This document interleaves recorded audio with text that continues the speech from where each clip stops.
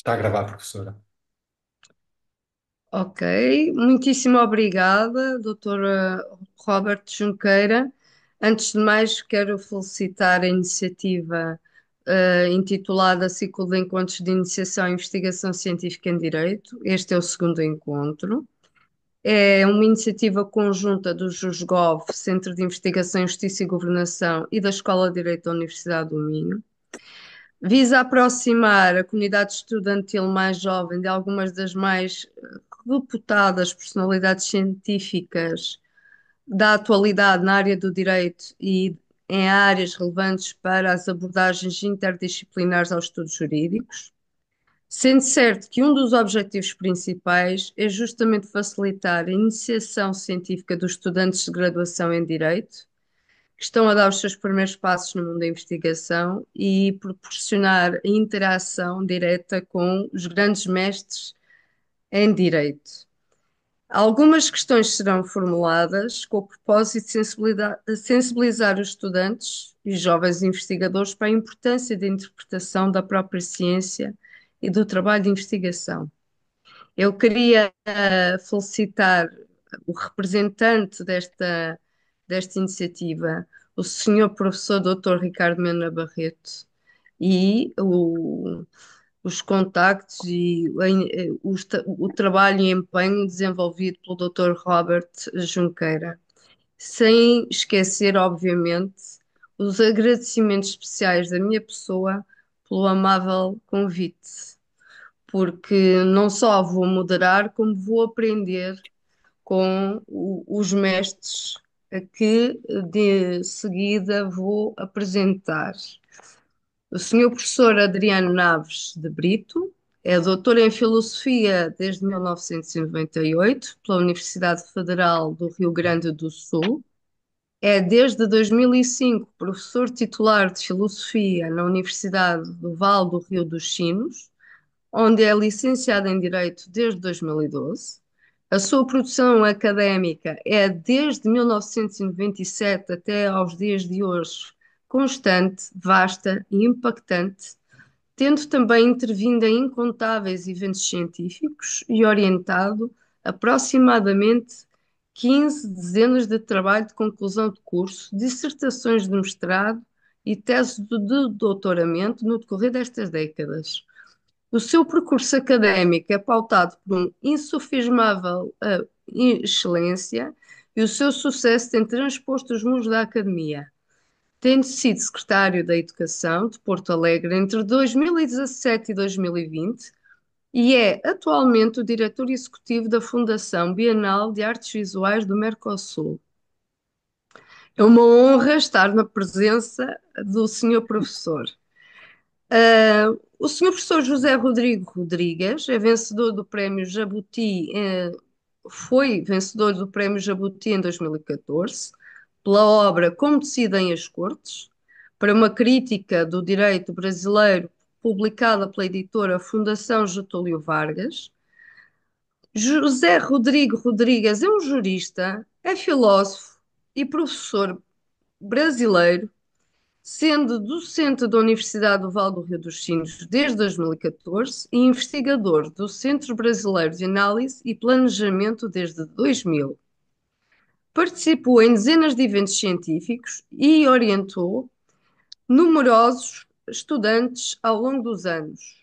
Os seus méritos como autor são de louvar, já que muitos dos seus mais de 200 trabalhos publicados provocaram grandes repercussões dentro e fora do meio académico. E assim se prevê que aconteça com o seu próximo livro, atualmente no prelo, cujo título é Como Viver Junto, Escritos para uma Filosofia do Direito. Vou ter de adquirir este, Como Viver Junto. Ora, aí está um desafio. A senhora professora Mafalda Miranda Barbosa, a pessoa, portanto, uma declaração de interesses que eu estimo e admiro imenso. Já admirava enquanto estudante e agora enquanto jurista. É uma figura de incontestado destaque na comunidade académica nacional e internacional. É reconhecida pela sua extensa produção académica e contribuições para os estudos jurídicos. É doutora em Direito pela Universidade de Coimbra desde 2013, sendo professora catedrática na respectiva Faculdade de Direito. Publicou mais de 200 obras de reconhecidíssimo mérito sobre temas como a responsabilidade civil, o direito bancário, a questão da inteligência artificial e o seu papel na justiça, e, claro, mais recentemente, devido à alteração legislativa no Código Civil, o regime maior acompanhado. É uma presença constante nos mais prestigiados eventos científicos do nosso século, além de consagrar importantes esforços à formação das novas gerações de investigadores do direito. E como eu dizia há momentos, também é uma presença assídua nas provas dos centros de estudos judiciários, portanto, também no crivo dos nossos futuros magistrados. A senhora professora da Maria da Conceição Campos é jurista, é filósofa, combina com mestria as ciências jurídicas e os estudos humanísticos, refletindo uma trajetória marcada por um rigor académico e notáveis esforços interdisciplinares. É licenciada em Direito pela Universidade de Lisboa, é doutora em Filosofia pela Universidade do Porto desde 2012, sendo ainda advogada e investigadora do Centro de Filosofia da Universidade de Lisboa. Colabora com outras unidades de investigação, de onde se destaca o Instituto de Estudos Filosóficos de Coimbra. Participa amplamente em atividades científicas e de outra natureza, é autora de obras de reconhecida excelência e destaca-se como uma das mais renomadas latinistas do nosso século, tendo contribuído de forma decisiva para a recuperação de textos fundamentais vinculados à origem do direito internacional no seio da Escola Ibero-Americana da Paz. Meus senhores, eu vergo presta devida vénia ao vosso saber, ao vosso percurso e à vossa dedicação. E permitam-me que eu inicie com uma frase de, dos estoicos, repetida e parafraseando Marco Aurélio. O grande inimigo do homem não é a morte, é uma vida desperdiçada. E devo afirmar que as vidas das pessoas que acabei de, cujos percursos acabei de citar, não são de todos desperdiçados, não só pelo empenho individual na sua construção pessoal e na sua evolução científica, mas pela difusão do conhecimento e, através destes eventos, pela humanidade em ajudar os mais jovens a elevarem-se e a sublimarem-se. Muitíssimo obrigada e é uma honra estar diante de Vossas Excelências, ainda que virtualmente, é claro. Portanto, começando pela ordem da minha apresentação, portanto, pelo Sr. Professor Adriano Naves de Brito, a minha primeira questão é a seguinte: quais as circunstâncias e razões para ter optado pela via de investigação? A palavra é sua, Muito Sr. bom. Muito obrigado, Isa, pela gentilíssima apresentação e muito obrigado pelo convite que me foi feito, pelo Robert, que me escreveu, mas também pelo Mena, e me dá a oportunidade de falar com jovens que estão iniciando a carreira de investigação e, sobretudo, essa oportunidade rara na academia da gente falar um pouco sobre si mesmo, sem que isso seja pedante, mas que isso seja, de algum modo, pedagógico. Então, me permitam, me deem licença de falar desses traços biográficos e dessas motivações, com o intuito de justamente influenciar positivamente a carreira daqueles que estão começando. Então, a pergunta é por que enveredar por esse caminho?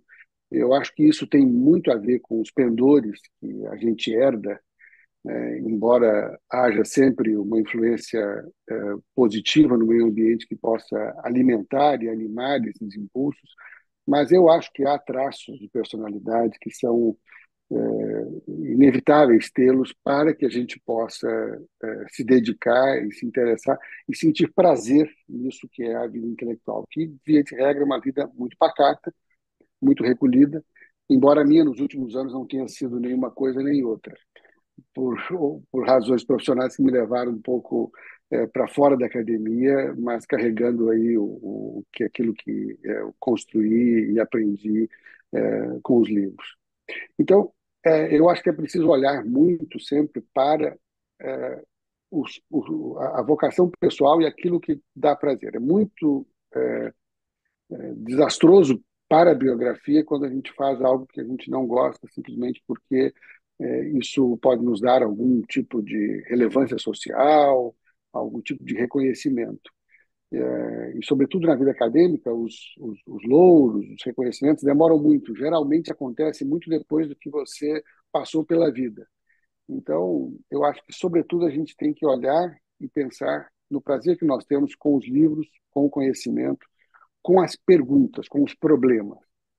E a resposta, uma resposta intelectual a esses problemas, né? Porque há muitas maneiras de solucionar problemas, há também um pendor prático, que é fundamental para a vida humana, mas há o pendor intelectual, de olhar esses problemas desde uma perspectiva intelectual e a necessidade de conversar com outros intelectos, seja por livros e seja por meio de diálogos, como estamos fazendo aqui, mas fazemos também nos eventos, para solucionar esses problemas. Então, respondendo à pergunta, eu tinha essa inclinação e que me era completamente irresistível, né? Então, não foi uma adesão né, a qual eu resisti ou para a qual eu fiz algum esforço. Eu simplesmente tinha realmente uma necessidade de explicar as coisas do ponto de vista discursivo, intelectual, e isso foi me levando eh, sempre adiante. Eu comecei a minha formação na pedagogia, eu fiz o primeiro curso de pedagogia, e logo em seguida, insatisfeito, fui à filosofia. E fiz aí uma carreira na filosofia, e no meio disso também fiz aí o direito, né? Mas era isso, era uma certa necessidade de abranger intelectualmente os problemas que me rodeavam e, nesse caso, foram problemas relativos à vida humana. Então, as humanidades, embora eu tenha muito afeto e muita conexão com ciências, né? Meus irmãos são dos dois físicos, então isso afetava a família, assim, essa questão das ciências, mas as questões humanas me foram muito, muito caras e eu enveredei pelas ciências humanas e pelas disciplinas que cobriam essas ciências humanas. Então a resposta é essa. A resposta é, eu acho que tem que se olhar para as próprias vocações, para aquilo que lhe dá prazer, e me deu muito prazer, me dá muito prazer esse tipo de dedicação, e ser honesto consigo mesmo sobre se isso lhe traz essa satisfação intelectual, e, enfim, aí abraçar esse caminho.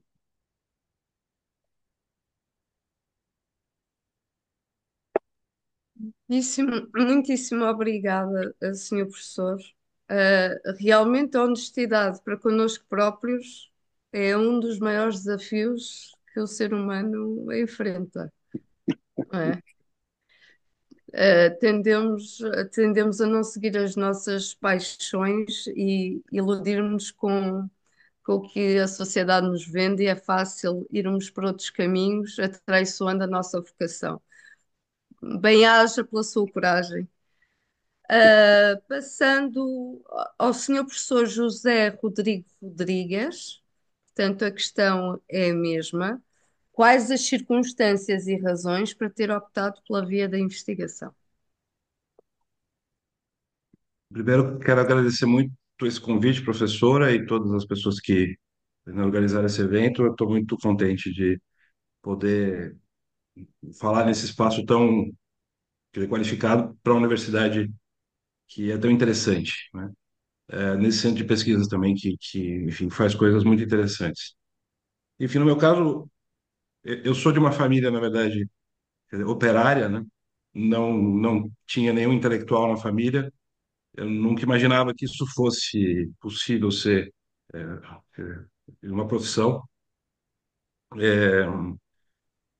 Enfim, meus pais ascenderam socialmente por causa da escola pública, né? Acabaram se tornando juízes, mas, enfim, ainda eu estava na universidade quando minha mãe, por exemplo, passou no concurso para fazer magistrada, e eu estava numa trajetória de prática, né? De querer ser advogado ou prestar algum concurso público. Acabei descobrindo a pesquisa na universidade, né?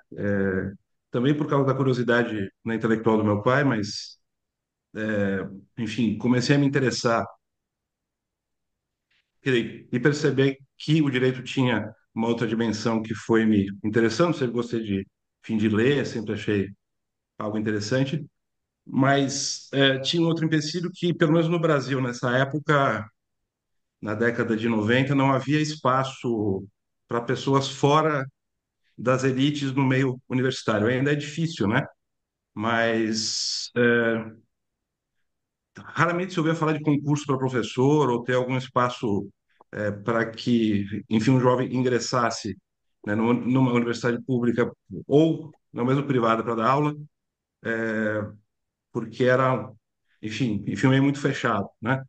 Então, essa outra circunstância que me fez ir para a área de pesquisa foi justamente, em determinado momento aqui no Brasil começou a haver uma expansão do meio universitário e a ideia de ser professor, né, pareceu, quer dizer, né, algo viável. Eu fiz iniciação científica e aí eu me interessei bastante pelo que eu estava estudando e, assim, a circunstância, quer dizer, intelectual que acabou me levando para a pesquisa foi tentar entender, né, a atividade que os meus pais estavam fazendo na época, advogando para movimentos populares, né? Os dois eram advogados e você tinha no direito um pensamento formalista que não fazia a ligação entre lutas sociais, né, e as categorias jurídicas, e do outro lado uma crítica marxista e depois Foucaultiana muito radical ao direito como um mero instrumento de dominação.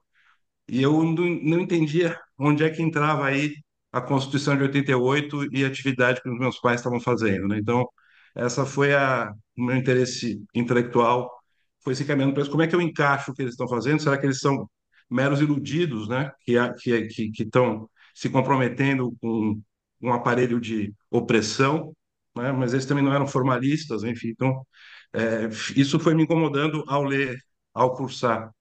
Quer dizer, a universidade, então, enfim, aí teve um fato também biográfico que meu pai faleceu logo depois que eu me formo em direito, então gerou uma crise financeira e uma das alternativas foi eu conseguir uma bolsa para fazer mestrado e aí eu acabei então foi um percurso mais acidentado, né?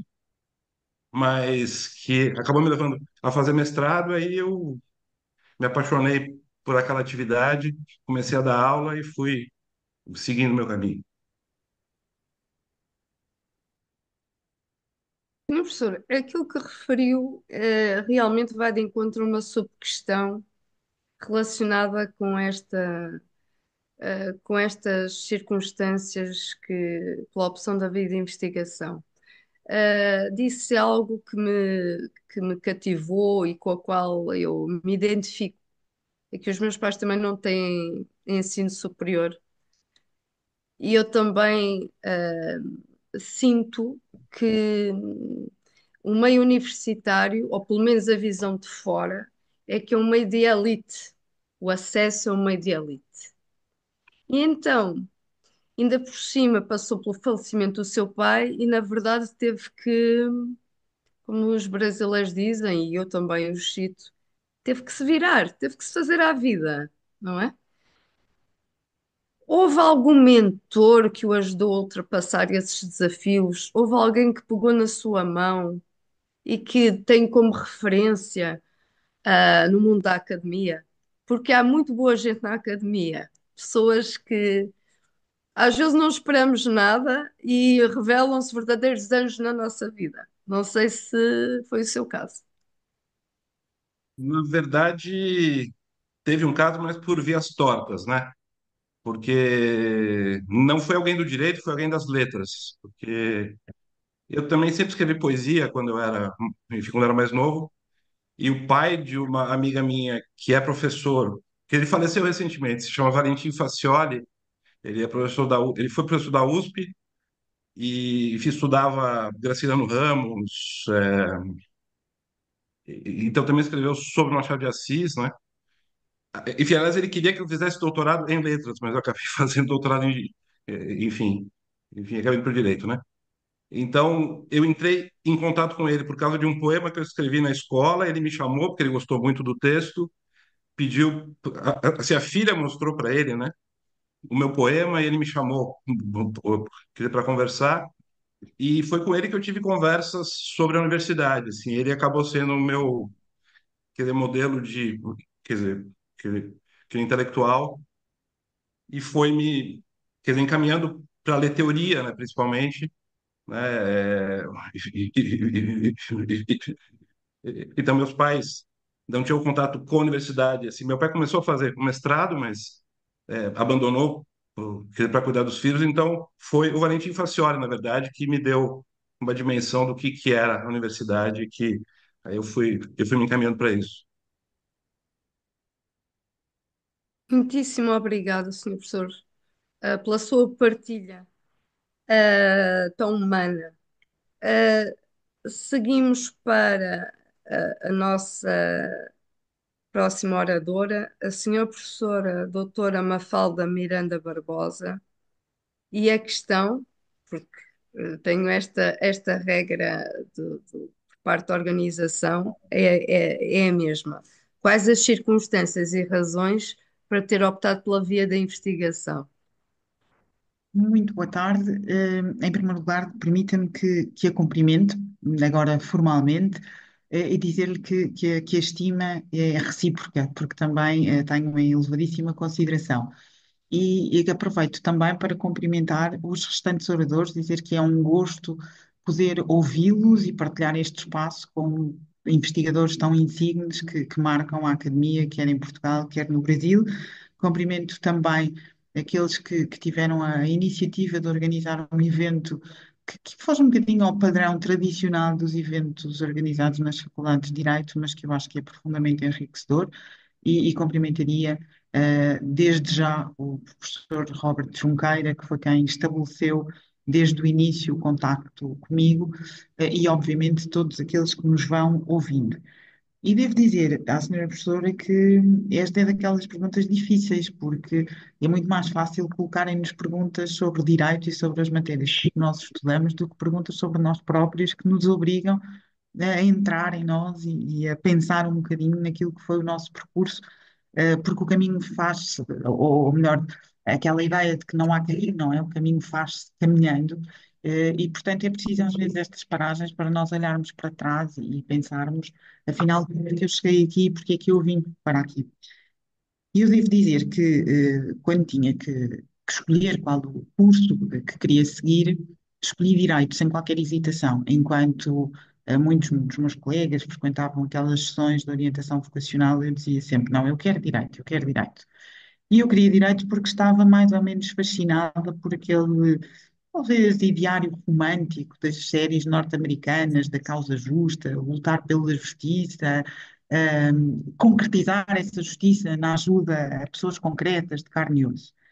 À medida que fui fazendo depois o curso e enquanto ia estudando na licenciatura, as minhas inquietações começaram a ser outras, porque verdadeiramente eu percebia que aquela que era a solução do caso concreto poderia não ser aquela se o legislador de momento fosse outro. E, portanto, a ideia de procurar mais do que a solução do caso concreto, procurar a justiça e a intencionalidade justa que deveria subjacer a essa solução, começou-me de algum modo a inquietar. Mas, de qualquer forma, na minha cabeça, eu queria ser advogada. E as pessoas, eu ia tendo boas notas, portanto, as pessoas diziam: não pensas um dia em enverdar pela carreira da investigação? E eu dizia: bem, enverdar pela carreira da investigação só se for em complemento à advocacia, porque eu quero ser advogado, continuando com o meu ideário romântico e ingênuo da causa justa.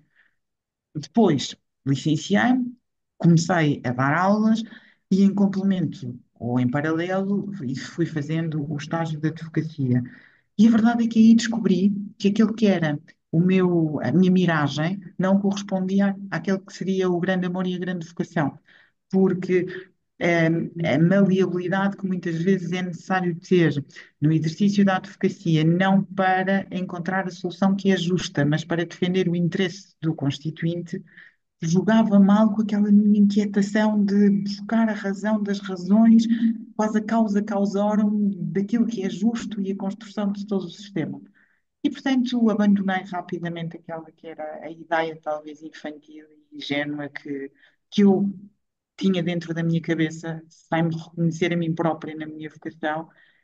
Foi na altura as pessoas diziam, mas se calhar é um risco enverdar só por um caminho, mas eu sou uma pessoa de ideias fixas às vezes e, portanto, disse, não, agora a minha aposta é esta, porque é isto que eu quero fazer e é isto em que eu sinto que posso efetivamente marcar alguma diferença. Não marcar alguma diferença no sentido de ser reconhecida, mas marcar alguma diferença para mim mesma e para a minha construção como pessoa.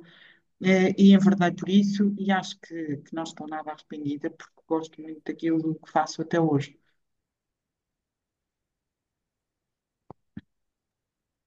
E nós agradecemos. Ah, esse choque entre justiça e direito, eu também passei por isso, porque realmente nós, estudantes, temos o ideal da justiça e depois também foi no estágio que o meu patrão me disse: nos tribunais aplica-se o direito, não se faz necessariamente justiça. E E, também foi mais tarde que eu abandonei a advocacia, também e por eu, causa desse choque. exatamente. Eu acho que o meu choque foi um caso que me colocaram quando eu estava a fazer o estágio e eu analisei o caso dentro daquilo que conhecia na altura. E cheguei a quem me tinha pedido isso e disse, bem, eu acho que a solução é esta. E disseram, eu concordo que a solução é esta, mas isto não serve o interesse do nosso cliente. E eu dizia, mas esta é a solução justa, mobilizando, mobilizando os critérios do sistema e mobilizando a intencionalidade do próprio sistema, não pode ser de outra maneira. E diziam, mas vais ter que arranjar argumentos para que seja de outra maneira. E isso começou a inquietar-me demasiado, não é? E nessa inquietação, acabei por perceber que aquilo que me realizava plenamente era descobrir como é que se poderia construir um sistema mais justo através dessa pressuposição fundamental e axiológica, sem a qual o direito não é verdadeiramente. Eu acho que não há uma contraposição entre direito e justiça. Embora muitas vezes na realidade prática as pessoas insistam em cingi-las, não é?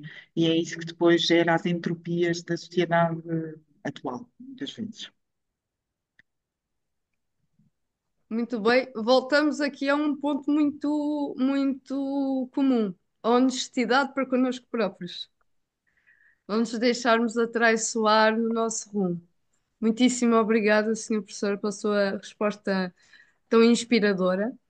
Passamos à Sra. Professora Maria da Conceição Campos, sendo que a questão, já aqui repetida, é quais as circunstâncias e razões para ter optado pela via da investigação?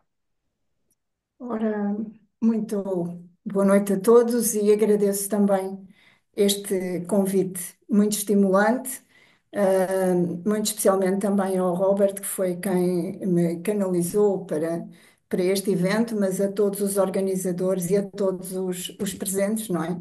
Realmente é um bocadinho insólito falarmos sobre nós, não estamos muito habituados, mas eu não vou perder muito tempo com isso, ou melhor, vou já diretamente, vou tentar responder, porque eu própria também não sei responder muito bem a essa questão, não é? A questão da investigação foi surgindo. Bem, eu também fiz Direito na Faculdade de Direito de Lisboa. Para mim, escolhi o curso, mas sinceramente tinha outros interesses na minha vida muito para além do direito, e senti logo que a escolha do direito para mim não era suficiente. Mas achei que era propedêutico, porque o direito é um curso que nos organiza a cabeça, arranja-nos o pensamento e ensina-nos a pensar. E, portanto, e não estou nada arrependida, porque realmente.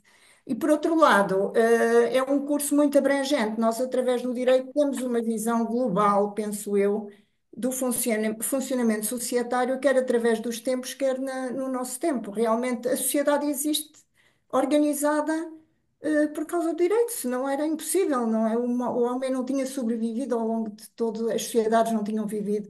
E isso para mim era um enigma, realmente, como é que no meio da justiça e injustiça nós vamos continuando e vamos sempre andando. A outra paixão que eu tinha era realmente pelo passado, de alguma coisa, o fundamento, não é verdade? Ou melhor, como é que nós chegamos aqui, não é?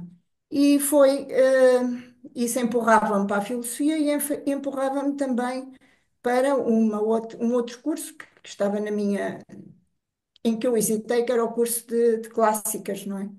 Exatamente de latim, de grego. Eu queria conhecer as nossas origens, mas queria conhecê-las através da própria língua, conhecer, ler os textos originais. Bom, fiz o curso de Direito, fiz o estágio de Advocacia. Também cheguei à conclusão que os advogados, para serem bons advogados, têm que ser todos um bocadinho sofistas. E, portanto, é verdade. Portanto, quem quiser fazer justiça com o curso de Direito é melhor ir para a magistratura, para o Ministério Público, enfim, porque realmente nós, advogados, somos obrigados muitas vezes a dar a volta, como se costuma dizer. Mas eu creio que no meio disso tudo, e eu também gosto de dar às vezes um bocadinho a volta ao texto, porque também é muito interessante descobrir a forma como podemos responder em situações difíceis da vida das pessoas, não é? Isto não quer dizer o que não é justo, mas é o que eu digo por vezes aos clientes, ser assim, olha, esta situação é uma situação difícil, mas nós vamos ver o que podemos fazer, porque é como um contrato, só é bom quando é para as duas partes, e portanto a outra parte também pode não ter inteira razão. Vamos ver, vamos falar, vamos. E também é muito estimulante. hum, Às vezes pegar em causas que são aparentemente perdidas e fazer disso uma vitória, em certo sentido, não é ganhar propriamente na justiça, mas enfim, encetar um processo em que se pode fazer o que se pode, não é? O que se pode. Bom, mas adiante. Entretanto, como eu tinha este bichinho, salvo seja lá pronto, eu andava desassossegada. Portanto, eu andava, isto no início do meu exercício, da minha carreira, chamemos assim, não é propriamente carreira, mas estava muito desassossegada. Eu não me sentia bem, andava frustrada, lembrava-me das velhas cadeiras teóricas, aquelas partes teóricas que na faculdade ninguém gostava de ler e eu adorava aquilo, e disse assim: não, eu tenho que fazer alguma coisa. E fiz, então meti-me numa segunda licenciatura, foi em Braga, na Faculdade de Filosofia de Braga. Portanto, entretanto, isto para dizer que eu fiz o curso em Lisboa e sou de Lisboa, mas neste momento estou residindo no Porto e vim logo para o Porto, pronto, que era onde eu estava. E fiz o curso de Humanidades, que o curso de Humanidades é um curso de clássicas, no fundo, enquanto estava a trabalhar, não é? A exercer. Portanto, o direito era a minha enxada, era aquilo com que eu ganhava a minha vida, e, e depois, enfim, ia fazendo o curso de clássicas. Foi logo a seguir ao estágio de advocacia. E apaixonei-me efetivamente profundamente pelo latim e pelo grego. Comecei a pegar naqueles textos antigos que realmente eu tinha vontade de conhecer, enfim, e foi isso que fiz. Entretanto, já no final do nessa altura ainda era de 5 anos, eu sou absolutamente pré-Bolonha, não é? Portanto, era 5 anos do curso de Direito, depois foi 5 anos o curso de Clássicas também, fiz a via científica, e foi nessa altura que um professor que eu tive em Braga, portanto na Faculdade de Filosofia de Braga, disse assim: olha lá, mas porquê é que você não vai para. Tenho aqui uma possibilidade de fazer um mestrado. Os mestrados nesse tempo não são como agora, também eram aqueles mestrados antigos. Começaram por ser de quatro. Só havia pouquíssimos no país, eu acho que havia dois ou três só. Um deles era aqui na Faculdade de Letras da Universidade do Porto, que era um mestrado de Filosofia Medieval. E o que é que esse mestrado tinha? Tinha que era preciso pessoas para lerem textos. Eles diziam assim: pode pegar nos textos de direito, até de filosofia de direito, porque há um conjunto de textos que não estão traduzidos em língua viva nenhuma, e não é preciso escarafunchar, ir buscá-los e trazê-los. E isso começou assim, realmente, a fazer-me aqui um soundbite bastante forte.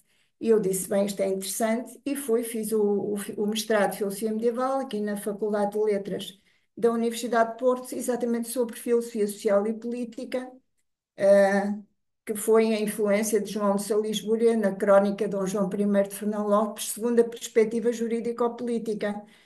E, portanto, fui pegar exatamente nos textos de um autor do século XII, que estavam e estão por traduzir, só eu fui traduzindo algumas partes, as partes que me interessavam, e fiz a tese nessa área, e foi aí que se começou a abrir as portas, digamos, para, como se chama, para a investigação.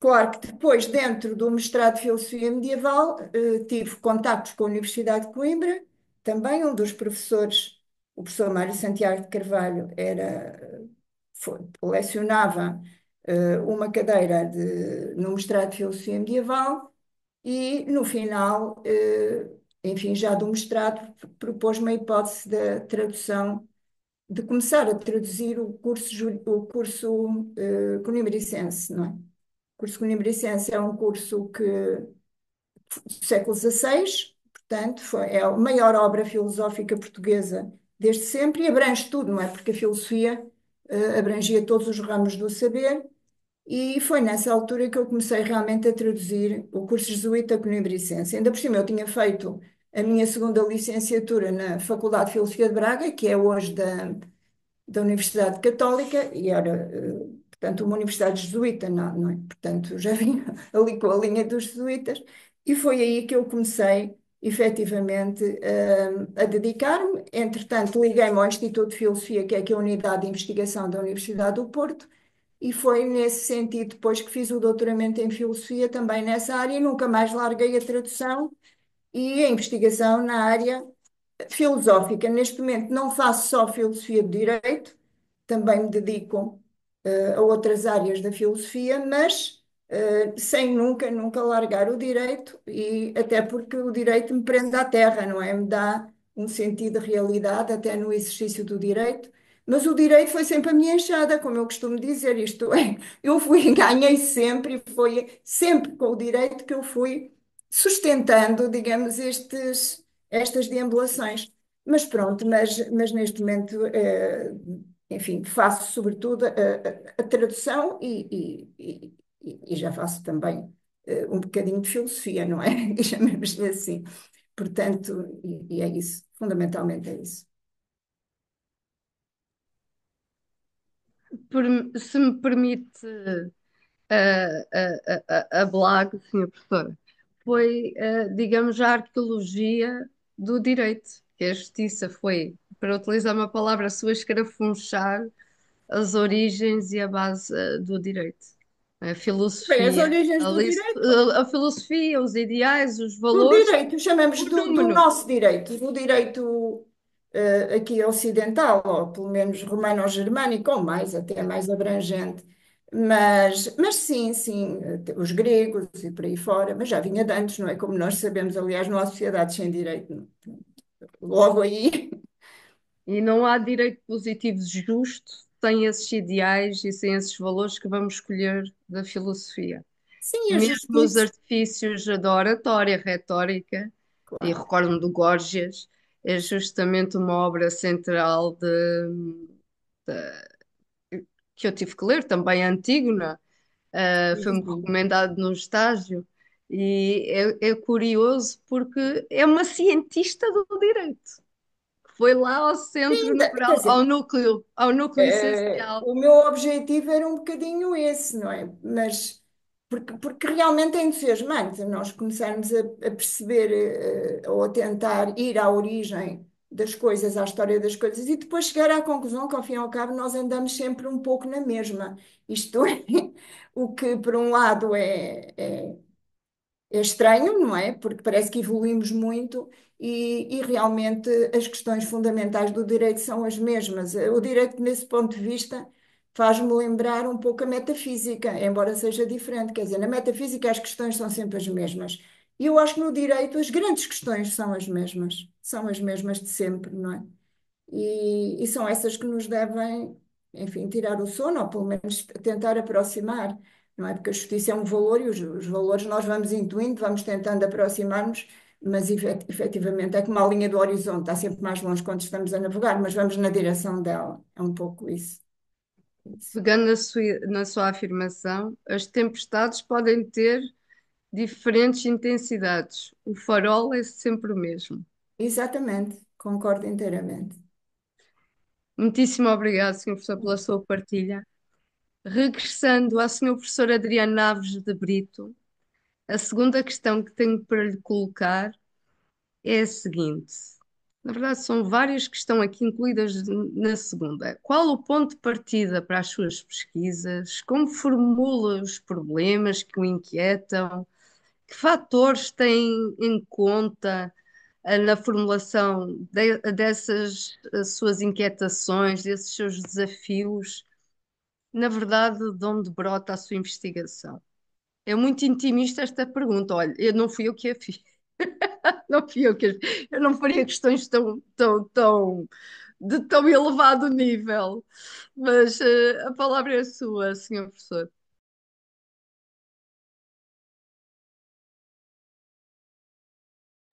Está em mudo, professor. Sim, obrigado. Eu acho que a pergunta, nesse caso, é menos pessoal do que a primeira. Então, podemos respondê-la assim com mais desenvoltura, sem que a gente tenha esse incômodo de sermos demasiados pessoais e, quem sabe, perturbar os outros com uma história biográfica. Eu sempre tenho. Há uma frase do Kant, né, que me marca muito, e a frase é sobre nós silenciemos. Então, acho que é uma divisa importante que a gente tenha certa predileção pela objetividade. Mas nessa resposta, eu acho que eu preciso misturar aqui os elementos biográficos para explicar e dar um pouco aquilo que foi o eixo segundo o qual eu dirigi a minha pesquisa. E, de fato, houve um eixo. E há um eixo, e quando eu olho esse percurso, eu, é, eu posso traçar uma linha, e articular uma narrativa de onde eu parti e onde eu cheguei. É claro que isso também tem um elemento meio de feitiçaria intelectual, né? Porque quando a gente reconta os fatos, a gente sempre encontra um fio condutor. A narrativa é articulada, a vida não é, a vida é muito mais atribulada. Mas a predisposição para um problema intelectual, e isso pode acontecer e vir perturbando os momentos da nossa vida em diferentes momentos, né? Por causa destas nossas inquietações profundas. Pois a minha inquietação era essa inquietação por, uh, por entender o fenômeno humano, e eu fui militante na juventude. Então, nós estamos falando, eu fiz a minha juventude aqui, era final dos anos 80, começo dos anos, final dos anos 70, começo dos anos 80. O Brasil estava saindo do regime militar, entrando na sua democracia, e aquele momento, então, era um momento de grande apelo para um jovem, né, de 16 anos, eu tinha 16 anos nos anos 80, claro, então estava muito envolto nas questões políticas. De fato, fui muito engajado politicamente naquele período, mas fui mordido pela questão de compreender melhor, do ponto de vista intelectual, aquilo tudo que a gente estava fazendo. Então, esses temas que meus colegas mencionaram, a quem, aliás, eu tomo a oportunidade para cumprimentar a professora Maria, a professora Mafalda e o professor José Rodrigues. É um prazer revê-lo. Foi colega na Unicinos, quando eu estive na Unicinos. E, então, eu me afastei da militância para ir à filosofia, e foi esse exatamente o movimento. Então, nesses tempos de juventude, então até os 18, 20 anos, eu cheguei a ser aqui do diretório municipal do Partido dos Trabalhadores na cidade onde eu nasci, que é Goiânia, e eu saí disso e do movimento estudantil, e eu saí disso justamente para entender melhor intelectualmente o que nós estávamos fazendo. E eu acho que isso foi um movimento muito correto, e a base de tudo era entender o fundamento desses valores que nos moviam. Então, eu fui para a universidade com um interesse, digamos, social e político.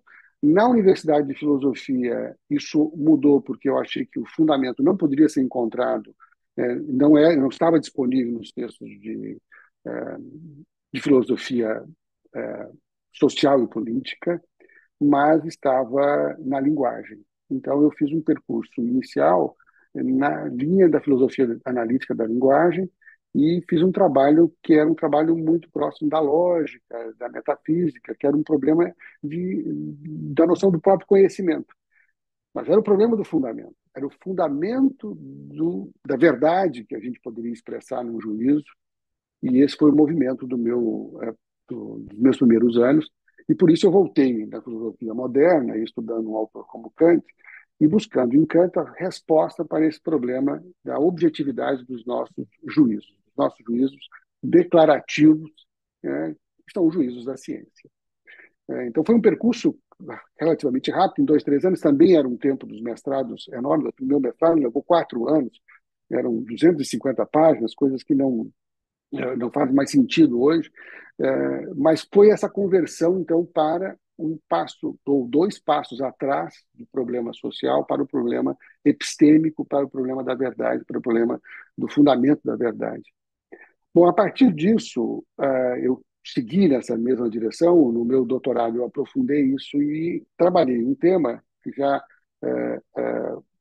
afunilando o tema dos juízos, que era o problema da referência, né, dos termos mais adequados na linguagem para referência ao mundo, que são os nomes próprios.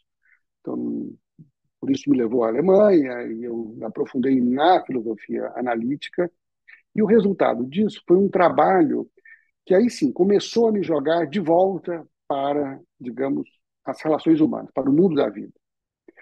Porque o resultado desse trabalho foi o resultado de que o fundamento ou a solução para o problema da referência, de como é que a linguagem toca o mundo, se a linguagem realmente toca o mundo, e essa solução não era uma solução teórica, né? Então, meu trabalho sobre nomes próprios, que foi publicado, ele opera na contramão, conversa com um autor famoso da lógica que trata sobre esse tema, que é o Frege, que é um matemático alemão, e com um americano, que é o Kripke, mas eu discordo de ambos no sentido de que concordo mais com o Frege, de que haja uma solução para esse problema que seja puramente lógica.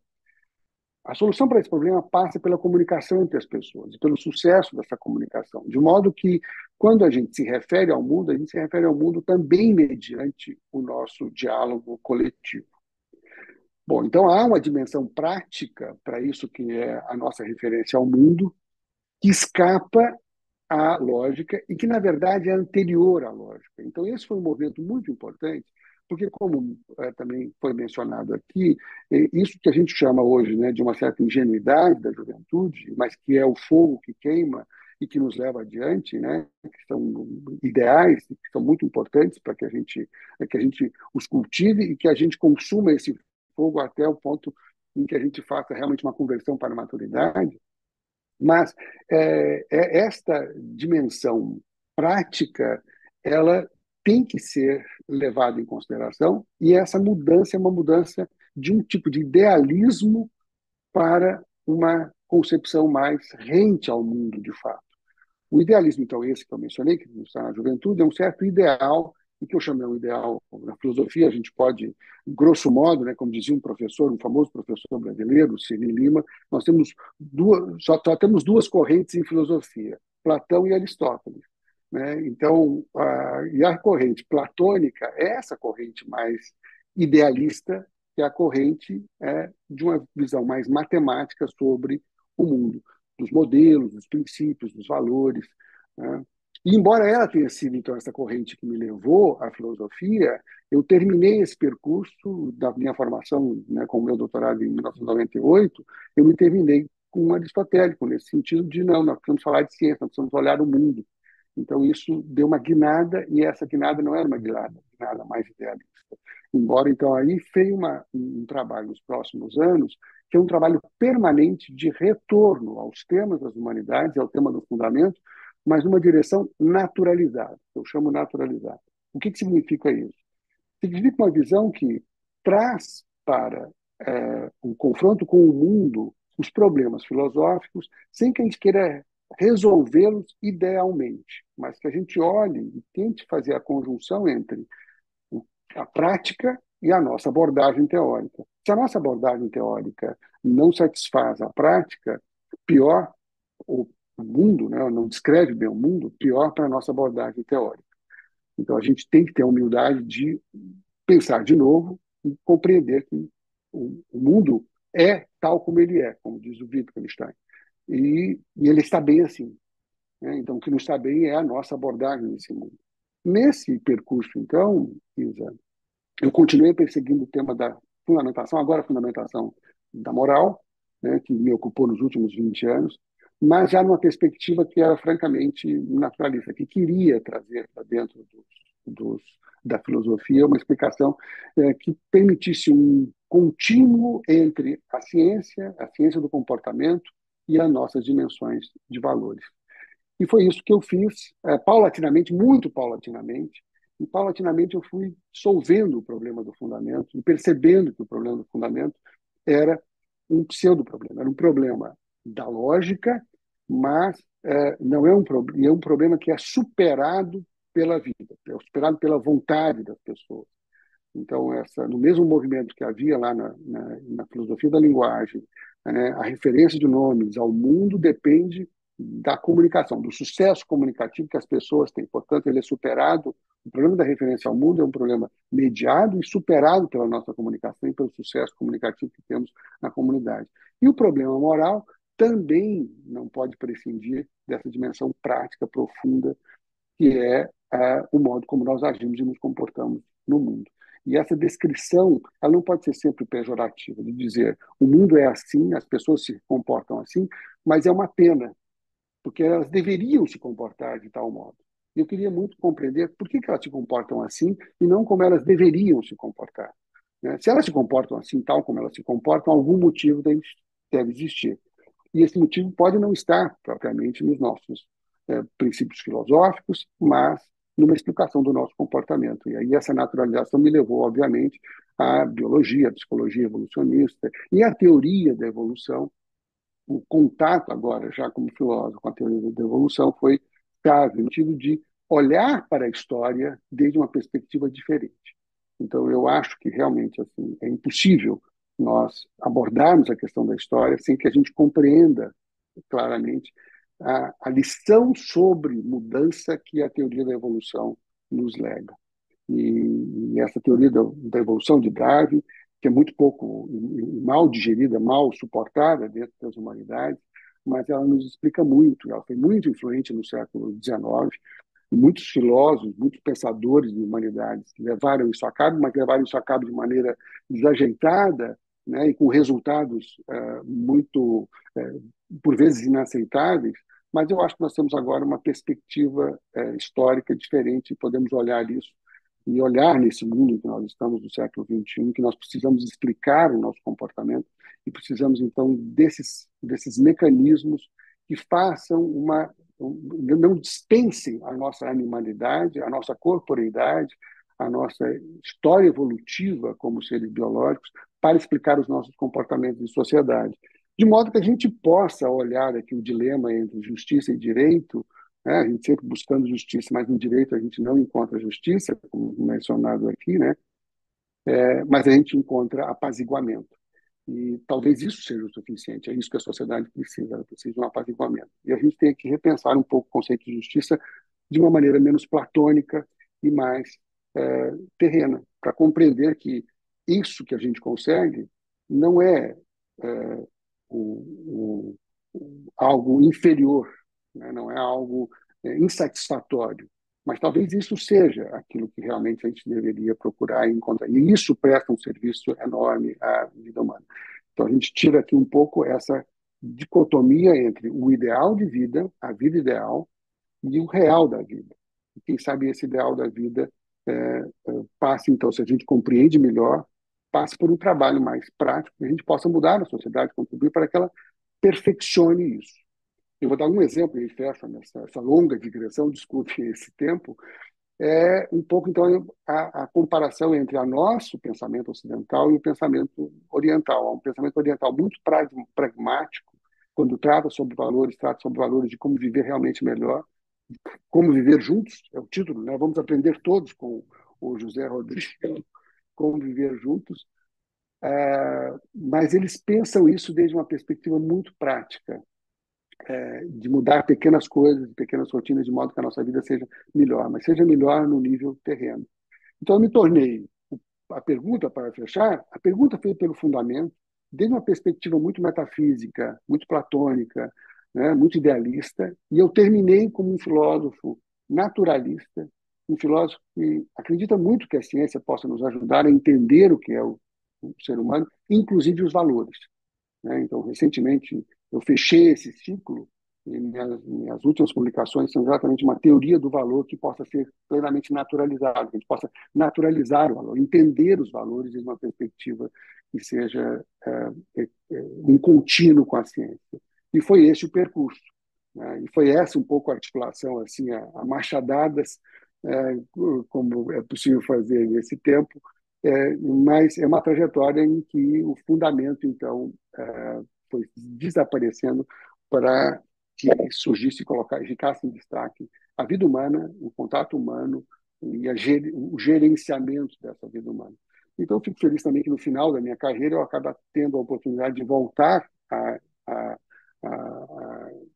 a gerir a vida humana como secretário de Educação e colocar em prática um pouco e testar um pouco essas convicções que foram sendo moldadas ao longo de anos de pesquisa. É isso. Muitíssimo obrigada. Sobre o apaziguamento, eu li que algures que no gênese da Revolução Francesa, uma frase, sem pão não há paz. E o que nos leva para a justiça distributiva e para a equidade. E mais recentemente li um autor que referiu que existe um valor que ainda não foi conquistado pela Revolução Francesa, o da fraternidade. Porque há sempre valores egoístas que. Mas há uma pergunta que eu gostaria de lhe endereçar, mas assim uma resposta muito sucinta, que eu tenho que dar a palavra aos outros oradores.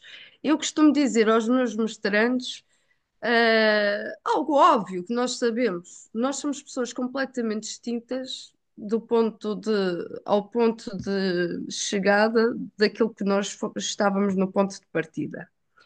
Em relação à sua evolução, foi um amadurecimento, foi o senhor professor que se alterou ou foi amadurecendo e com isso foi alterando, digamos assim, a sua forma de ver a vida e de ver a filosofia, ou foi o contrário, foi a investigação que o foi alterando?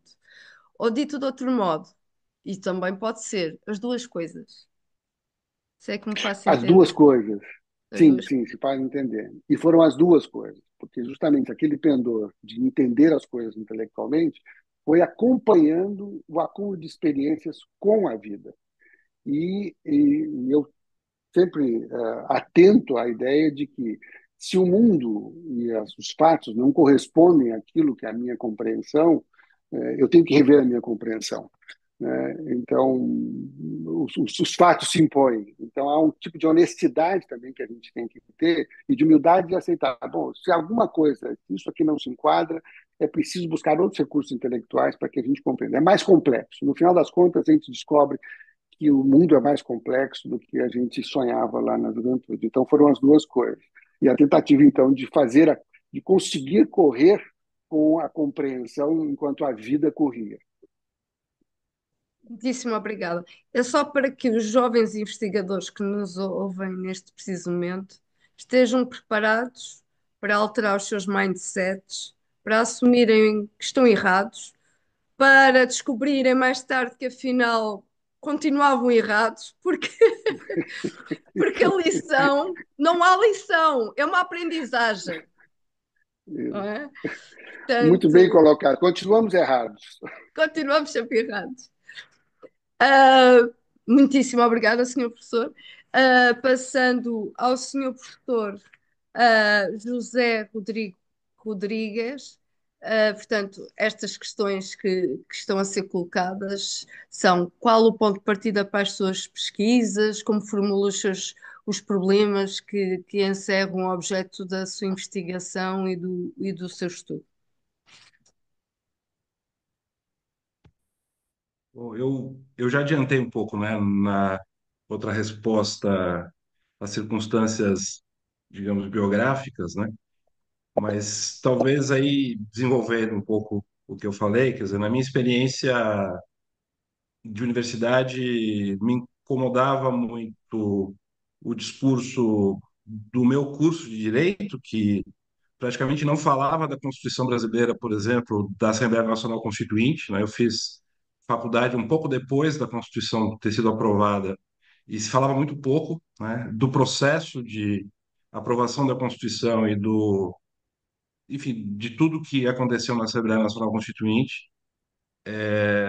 Tinha um discurso que a gente pode chamar de formalista, né, enfim, no meu curso.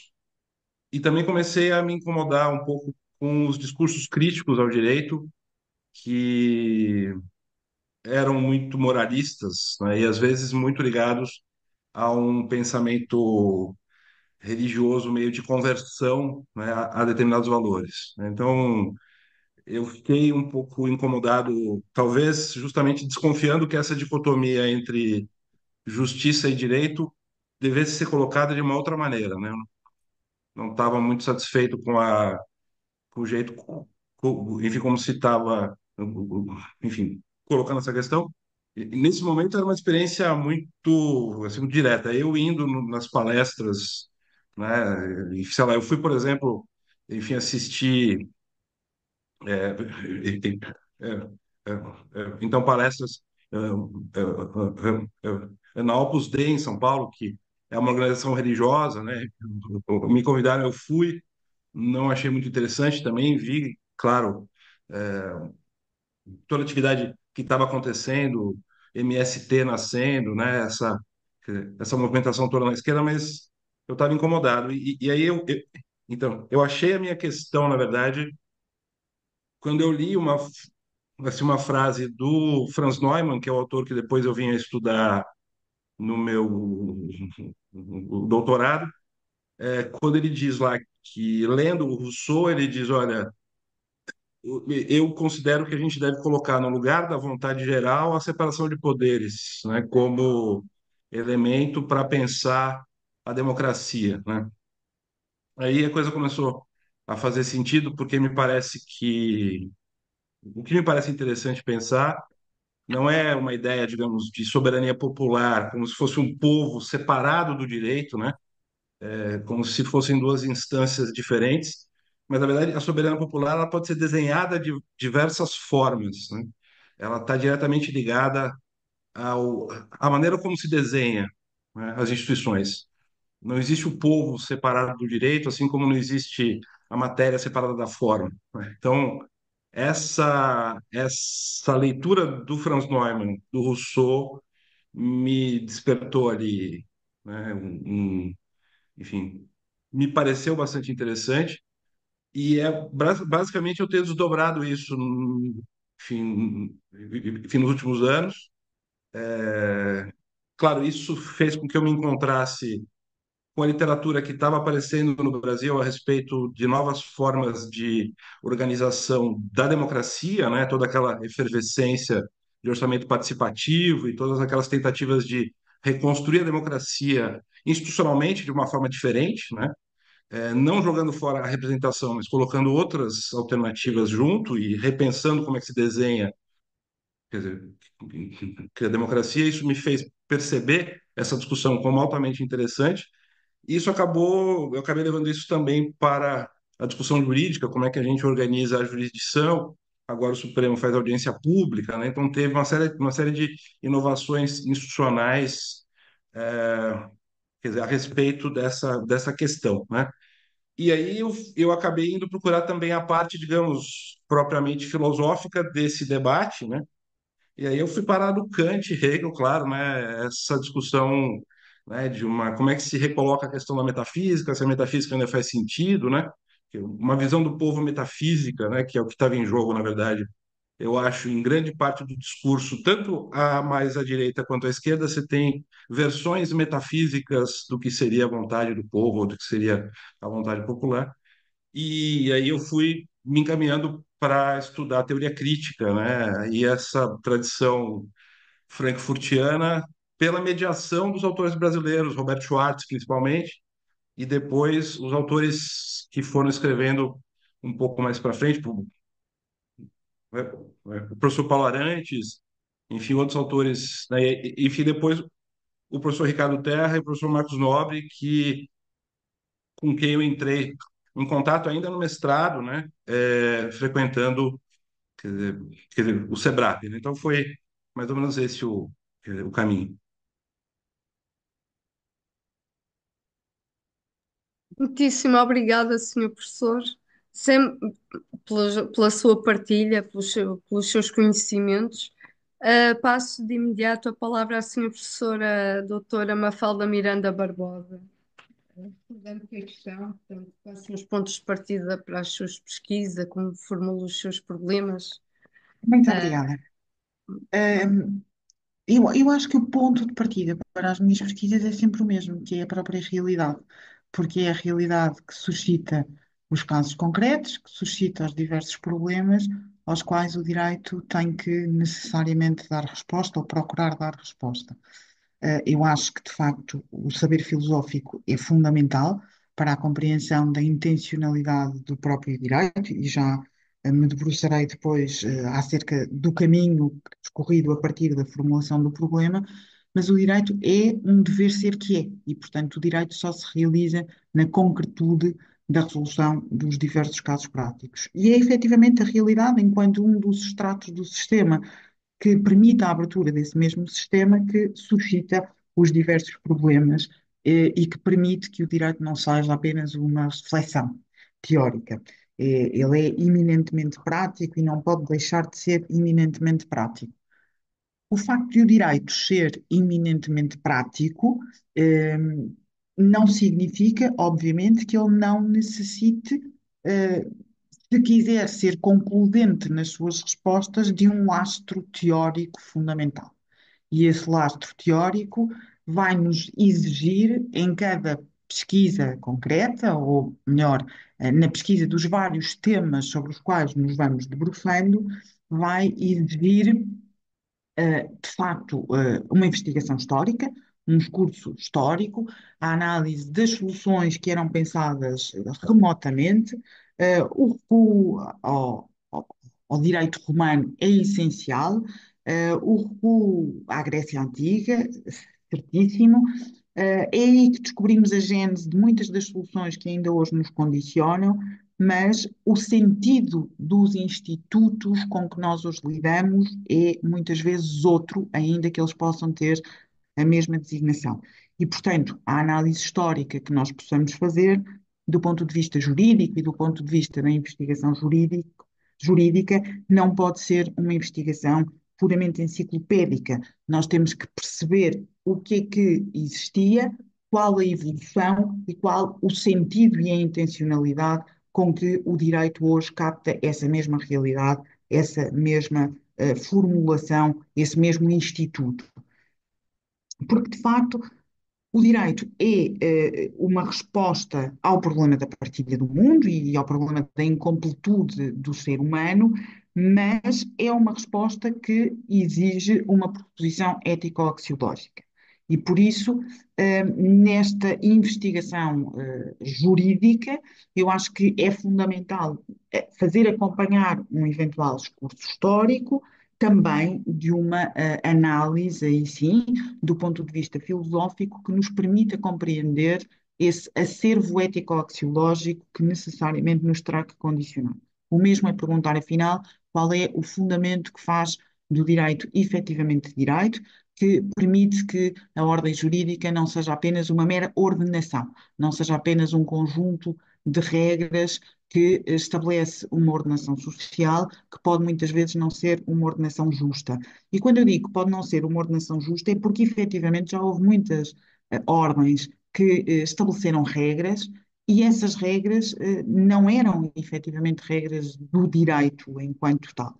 Basta pensar nos regimes marxistas, basta pensar no regime nacional-socialista, eram ordens verdadeiramente ordenadas, mas em que o direito estava totalmente ausente, porque eram ordens da força e ordens que desdignificavam totalmente o ser humano e a pessoa. E é exatamente aí que eu acho que nós encontramos o fundamento último da juridicidade, é na pessoa e na sua ineliminável dignidade. E esta pessoa não é, uma categoria neutra, não é uma categoria inócua, é a pressuposição da pessoa e de tudo aquilo que a caracteriza, permite-nos desde logo afastar o individualismo saído da Revolução Francesa, que aliás, com todos os ideais que poderia promover, acabou por desembocar numa ordem de terror a muitos níveis, e permite-nos também afastar o positivismo jurídico, formalista, incapaz de compreender as especificidades do caso concreto, em que acabou por degenerar o pensamento moderno iluminista nessa identificação do direito com a lei e com a lei posta e imposta pelo legislador num entendimento absolutamente estrito do que é a divisão de poderes num Estado democrático e num Estado de legalidade formal. E esta pessoa que permite efetivamente sustentar as bases da juridicidade, encaminha-nos para uma ideia de autonomia, para uma ideia de responsabilidade pelo outro, que muitas vezes se transforma depois numa ideia de responsabilidade pelo outro, e leva-nos a uma inquietação de base, que é, afinal, como é que nós, numa sociedade e num mundo cada vez mais complexo, eh, relativista, que acaba por perder os referentes de sentido em muitas matérias, como é que nós podemos encontrar o alicerce de caracterização desta pessoa? Eu acho que esse é um dos principais desafios que o jurista tem hoje, não só na problematização ao nível da filosofia do direito, mas também ao nível da resolução de cada caso concreto, porque depois os vários casos concretos acabam por, não numa lógica de dedutivismo próprio do pensamento justacionalista, mas acabam por não poder depois contrariar na solução que para eles é encontrada esta intencionalidade que nós descobrimos na pessoalidade. E esta intencionalidade que nós descobrimos na pessoalidade vai beber não só dos contributos do existencialismo, os contributos da fenomenologia, mas também os contributos de um pensamento cristão e das formulações que já herdamos desde São Paulo. Há um autor particularmente interessante, Francesco d'Agostino, italiano, que evidencia isso mesmo e a complementaridade entre uma dimensão histórico-cultural deste pensamento sobre a pessoalidade e depois aquilo que é a intencionalidade da própria juridicidade. Eu acho que este percurso deve ser feito em cada investigação concreta e, portanto, se este é o ponto de partida e o caminho para a solução dos problemas que vão sendo formulados, devo dizer que a minha história de investigação acabou por me conduzir a estas mesmas conclusões. Porquê? Porque quando eu comecei a dar aulas na faculdade, muito pouco depois de me ter licenciado, ainda como assistente estagiária, no anterior regime jurídico, e no anterior estatuto da carreira docente, a minha intenção inicial era se fazer a minha carreira na área do direito privado e designadamente do direito civil, mas fui colocada a dar aulas de metodologia e filosofia do direito. E, portanto, o necessário aprofundamento dessas matérias enriqueceu-me profundamente porque me permitiu perceber que o jurista e o investigador, ao nível jurídico, que deve sensibilizar o jurista para isso mesmo, não só o jurista que quer ir à área de investigação, mas todo e qualquer jurista, fez-me perceber que, efetivamente, o jurista não é apenas um teórico que vai resolver determinados problemas através do conhecimento exaustivo daquele que é o regime jurídico, até porque o regime jurídico altera-se muito frequentemente. E eu costumo dizer que esta noção do que é investigação e deste sentido do trabalho do jurista e este sentido da função especificamente humana que encerra a nossa atividade é cada vez mais necessário esta consciência numa época em que eventualmente podemos vir a sofrer a concorrência, por assim dizer, da inteligência artificial. Concorrência quer ao nível da investigação, quer concorrência ao nível da tentativa de substituição de determinados trabalhos humanos por sistemas autónomos de inteligência artificial. E eu acho que, cumprida a função jurídica e cumprida a função de investigação na sua profundidade e na sua riqueza, que faz delas verdadeiras tarefas humanas, então vai ser impossível sempre essa substituição e não haverá ChatGPT que consiga criar um trabalho ou produzir um trabalho de investigação tal como ele deverá ser feito e não há nenhum sistema autónomo que permita substituir um juiz ou substituir um advogado no seu trabalho do dia a dia, no seu trabalho cotidiano. Muito obrigada. Muito obrigada, Sr. Professor Doutora, pela lição. Porque existe realmente essa disciplina para mim é fundamental e é o coração do curso de Direito. O papel do jurista, o pensar o direito. Porque, tal como referiu, as leis vão e vêm, são constantemente alteradas. Mas o jurista tem que pensar o direito. É o dever ser e o dever ser que é, justamente. Como diria o senhor professor Castanheira Neves, e o senhor professor Pinto Bronze nos seus ensinamentos que eu segui. Eu lecionei na Lusófona, na Universidade Lusófona do Porto, a cadeira de introdução ao direito com os ensinamentos dos senhores professores, e efetivamente se o estudante de direito compreender o verdadeiro sentido e alcance do papel que irá desempenhar na sociedade, será impossível substituí-lo. E a humanidade, só a humanidade poderá salvar a humanidade de si própria. E isso é voltar à, à pessoalidade e ao valor da pessoa, da dignidade da pessoa humana. Mais que cidadãos, somos pessoas. Muitíssimo Exatamente. obrigada, Senhor Professor, pela sua Muito lição, obrigada. e por recordar a sabedoria dos senhores professores. Passo a palavra à senhora professora Maria da Conceição Campos. Precisa que eu repita a questão, ou seja, realmente são as suas inquietações, os seus pontos de partida para as suas pesquisas, que de resto já foi bastante, já nos elucidou. É uma pessoa muito ávida pelo saber, gostar de saber a origem, a razão de ser, a ratio essêndi do direito. Mas passo-lhe a palavra, senhora professora. Sim, mas continuando no que foi dito até aqui, e continuando o raciocínio, os raciocínios dos colegas anteriores, efetivamente o direito serve para dar respostas concretas.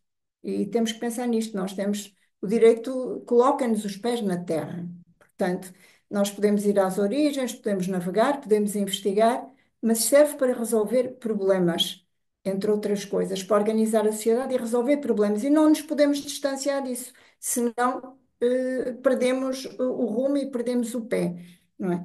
Mas, digamos, e pegando nisso, eu tive um bocadinho, por vezes tive lutas interiores quando fazia, ou quando, enquanto investigava e procurava, tive sempre a tendência, ou melhor, tive sempre a preocupação em eu não me afastar e em não perder este princípio, porque senão, efetivamente, afastava-me do direito também e ia para o outro lado, enfim, mudava de área completamente e por vezes fui um bocadinho diletante e andei a frequentar outras áreas, mas nunca larguei e nunca deixei realmente as grandes questões E houve uma questão sempre que me orientou e que vem um bocadinho na linha do que foi dito. E que no fim, e que está por trás da ideia da a questão da pessoa humana, a questão da ordem justa, a questão dos direitos naturais, do direito suprapositivo, enfim, se uma norma injusta é uma norma jurídica, se é direito, se não é, ou se é uma lei, se uma lei iníqua é efetivamente, se o direito positivo é sempre válido, não é? É sempre justo, e realmente a questão do direito justo foi sempre algo que me motivou. E, portanto, não só fui às origens, mas por isso é que também me dediquei muito à questão do direito justo eh, eu já, ainda quando era estudante de Direito, logo nos primeiros anos, tive um grande entusiasmo, até ao estudar História Económica e Social Portuguesa e Direito Económico, nesse tempo nós estudávamos isso na Faculdade de Direito de Lisboa, eu fixei-me muito no século XVI, foi um século que me aliciou muito, no estudo da economia e do direito desse período. E nunca larguei. E ainda hoje estou muito ligada ao século XVI. Eu posso dizer que é o século que mais me move, não é? E estas questões do direito justo foi aí que me fixei um pouco na escolástica ibérica, na chamada escolástica colonial, na questão dos direitos dos índios, Francisco Vitória, enfim, esses autores foram autores que muito estruturantes e que ainda nos dizem muita coisa hoje. Portanto, porque as grandes questões que eles levantam, a questão da desigualdade natural, que chegou a ser defendida nesse período, durante o século XVI, designadamente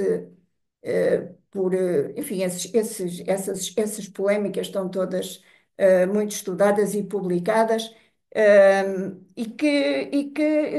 pronto, que falava exatamente, ia buscar a chamada desigualdade natural de Aristóteles, e Francisco de Vitória vai realmente ser um autor bastante importante a lutar pelo direito dos índios, etc. E, portanto, toda esta questão do direito natural, a questão do direito justo, a questão do direito o que é o direito, de facto, para resolver questões concretas, porque as pessoas estavam efetivamente a ser escravizadas, a questão da escravatura, e como é que esses homens vão, efetivamente, designadamente de Portugal e Espanha, não é? Que foram, a América Latina é nessa altura palco desse desembarcar destes autores, e ao mesmo tempo que havia quem escravizasse, havia exatamente os outros que estavam a lutar e a levar o direito às origens, etc, etc. E essas questões são questões que ainda hoje estão na moda de cima, não é? Não basta olhar para o panorama internacional para nós percebermos isso. Portanto, eu quando estou a estudar estes autores, eu estou a tirar lições também muitas vezes para hoje, não é? Para a nossa prática. Quer dizer, atenção, estas questões são importantes, porque a questão dos direitos humanos, eu acho que eles têm que ser tratados como bebés, não é? Quer dizer, nós ao mínimo descuido, ai ai, não é? Porque o homem não é naturalmente bom. Nem é naturalmente bom, nem é naturalmente mau, é o quê? Não é? Portanto, nós nascemos, ou melhor, temos estas pulsões, existem estas pulsões que nos levam a lutar pela justiça e a estarmos aqui preocupados com estas questões, mas também existe o outro lado, não é? E, portanto, eu penso que é aqui que o direito tem que estar sempre com os pés na terra. Efetivamente, não me interessa ter uma ciência que seja, penso, isto no meu caso concreto, estou a falar de mim, que seja para encaixilhar e dizer, sim, senhor, eu tirei esta fantástica conclusão, mas isto não serve, só serve para... Não, nós temos que trazer isso para, para o mundo, para a vida, para o cotidiano, para a nossa prática jurídica e não só para a nossa prática de cidadania e de pessoas, não é? Pronto, eu penso que essa é a grande... Foi aquilo que me moveu, portanto, nunca me desligar completamente desta realidade e por isso é que eu ainda hoje navego muito no século XVI nestas questões e por vezes quando estou a assistir a estes debates e quando nós estamos a ver o mundo tal qual ele está hoje, estas questões vêm novamente ao de cima e são bastante importantes. Portanto, daí que a minha investigação se tenha centrado muito, como eu digo, nestas horas, nestas áreas, geralmente a Escola Ibérica da Paz, etc, etc, porque, enfim, é o meu fio, enfim, para além de outras incursões, mas este é o coração, da minha atuação e até porque continuo a ter uma prática cotidiana também ligado ao direito e, portanto, tenho que ter a cabeça fria, e as ideias quentes. É um pouco isto. Muitíssimo obrigada pela sua partilha. E realmente, pegando no que referiu, eh, leva-me para uma terceira questão que eu deixo agora em aberto, que é interdisciplinariedade do direito. Em que medida é que contribui para todas as vossas pesquisas, para as pesquisas de quem nos ouve, incluindo para a minha? Eu oriento teses, sobretudo em Direito da Saúde e Bioética, e tudo o que foi aqui referido tem que estar lá. A dignidade da pessoa humana, a questão da equidade no acesso aos cuidados de saúde, a forma como as políticas públicas incutem estes valores sociológicos que devem estar presentes em qualquer sociedade e que são transversais a qualquer momento histórico. Eu gostava de vos ouvir e aprender com vocês sobre isto, para poder inspirar os meus mestrantes. A palavra é de quem quiser, desta vez não há ordens de participação. Quem quiser. Eu então começaria por dizer que o direito não pode prescindir dos outros ramos do saber. Acho que já ficou aqui evidenciado até à exaustão que o direito bebe muito da filosofia e dos conhecimentos filosóficos, bebe muito da história e dos conhecimentos históricos. E parece-me também essencial nós termos em conta aquilo que já foi aqui sublinhado e que foi também sublinhado pela professora Maria Conceição Campos, no sentido de que o direito tem os pés na terra, o direito resolve problemas concretos. E, portanto, se nós queremos, através do direito, resolver problemas concretos relativos a um determinado setor de atividade, seja ele qual for, o jurista tem que conhecer algo sobre esse domínio específico, sob pena de não compreender totalmente e na sua globalidade o âmbito problemático daquele nicho do real sobre o qual vai ter que atuar. Aliás, eu na faculdade tive um professor, o professor Faria Costa, que dizia que um jurista que só sabe de direito é um péssimo jurista, não é? O jurista como é que nós vamos pensar os problemas dos mercados financeiros e a regulamentação dos mercados financeiros se não soubermos como é que funciona o sistema financeiro, como é que funciona o sistema bancário, como é que nós lidamos com problemas de responsabilidade médica, se não conhecermos o mínimo da atuação dos médicos e até para poder aferir isto sem embargo de depois, obviamente, na resolução de questões concretas, se poderem pedir pareceres a peritos que nos esclareçam sobre as dúvidas que nós temos, como é que nós podemos, hoje em dia, enfrentar os problemas da inteligência artificial e os desafios que a inteligência artificial coloca ao direito, se não soubermos nada do que é inteligência artificial. Aliás, na próxima semana vai iniciar um curso coordenado por mim sobre direito e inteligência artificial, em que a primeira sessão do curso vai ser ministrada por um professor da Faculdade de Ciências, da área das ciências da computação, exatamente para explicitar aos juristas o que é inteligência artificial e quais os reais problemas que a inteligência artificial coloca, e a segunda sessão do curso vai ser ministrada por uma professora de filosofia para, no fundo, nos elucidar sobre as questões da pessoa e as características da pessoa por confronto com esses sistemas autónomos.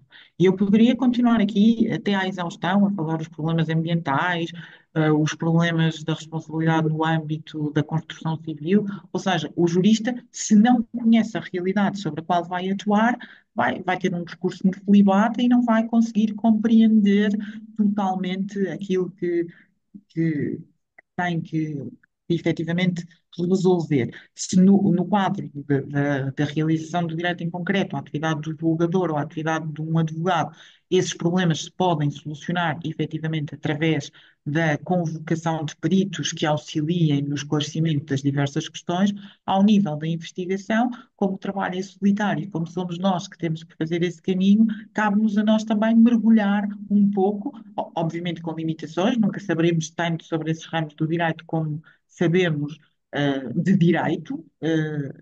Aliás, nunca saberemos tanto desses setores do saber, desses ramos do saber, como sabemos de direito, mas efetivamente temos que ter algum conhecimento e alguma noção sobre essa realidade.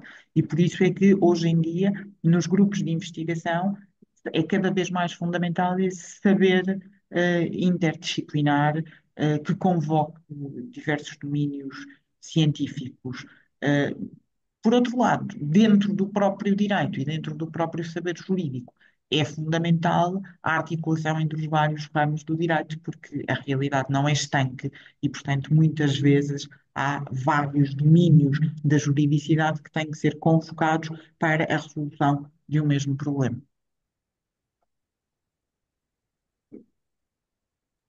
Muito obrigada, senhora professora. Sobretudo no mundo, tratando-se de Portugal, em que a maioria da legislação é europeia invade o direito privado do direito do consumo, o direito comercial, o direito do ambiente, e é preciso uma interligação holística de Exatamente. todas estas áreas para depois conseguirmos Exatamente. afunilar E em para o que, tema E que em que nós. os contratos são cada vez mais complexos, não é? Hoje em dia o jurista não lida só com o contrato de compra e venda ou o contrato de doação, lida com contratos muito complexos que são forjados pela prática ao abrigo da liberdade contratual das partes, mas que colocam desafios de como é que nós vamos conseguir compreender esta realidade que temos que depois disciplinar de certo modo. Por exemplo, há determinados contratos que envolvem necessariamente também conhecimentos sobre contabilidade e contabilidade pública, etc. Portanto, há toda uma profusão de domínios do saber que são essenciais. E nessa medida, aquilo que a senhora professora Maria Conceição Campos disse logo no início, que o direito não só nos estrutura o pensamento, como é um curso muito abrangente, porque o direito obriga-nos a comunicar com outros domínios do conhecimento, não é? Acho que isso Eu vou compartilhar, ainda ontem disse isto aos meus alunos. A minha tese de doutoramento é em parcerias público-privadas na saúde, contratação pública. Pois bem, estudar Calvão da Silva, alteração normal das circunstâncias, tive que ir ao coração do direito privado para conseguir compreender o alcance do que está no Código dos Contratos Públicos. Então, é extraordinário esta transversalidade. Ahm, Senhores professores, peço desculpa, eu estou aqui a monopolizar, são os senhores professores as estrelas e eu estou aqui a ocupar, mas não consegui resistir a esta achega. Ah, Posso quem, só dizer com uma certeza. pequenina, isto é só a propósito do que falou agora, das nossas aventuras, nestas áreas. Eu recordo-me que logo no início, quando comecei a advogar, ainda era uma advogada mesmo muito iniciante, ainda estava a acabar o estágio a começar, e na altura eu comecei a trabalhar com empresas transitárias ligadas, portanto, ao transporte internacional, fosse marítimo, rodoviário, aéreo, etc. E, portanto, eu tive que conhecer tudo o que se passava acerca quer dos aviões, quer dos navios, quer dos caminhões que andavam de um lado para o outro, etc. E recordo-me que aprendi imenso e tive que falar, inclusivamente, com os profissionais que trabalhavam nessas áreas e camionistas, etc. Portanto, eles explicavam, se nós não percebêssemos efetivamente como é que essas coisas aconteciam, nós não conseguimos entender lá o que era uma convenção CMR, enfim, todas aquelas, nós para pegar na convenção do transporte, as cartas partidas, etc, etc, para o transporte marítimo, não tínhamos hipótese nenhuma, era, desculpe uma expressão, como boi olhar para o palácio, quer dizer, não servem as leis. Temos que ir falar com as pessoas e saber, mas como é que se opera, como é que se faz, como é que se carrega, etc. É um pouco assim, portanto. E realmente, por exemplo, na parte, não é, da bioética, não é? Portanto, o direito à medicina também enfim, já tive algumas incursões nessas áreas e realmente uma pessoa tem que se documentar, falar com as pessoas, saber, conhecer os métiers para poder saber como é que a vida acontece, para podermos aplicar as normas e entender, porque se nós não percebermos como é que a vida de facto ela acontece, e, portanto, temos que penetrar, não é só nas ciências, é no saber prático muitas vezes da própria vida, não é só a interdisciplinaridade científica, é enfim, com as próprias hum, profissões e modos de vivendi das pessoas, não é? É assim. E era só isto. Vou falar Muito também algumas. obrigada. O senhor professor José Rodrigo Rodrigues pretende tomar a palavra agora.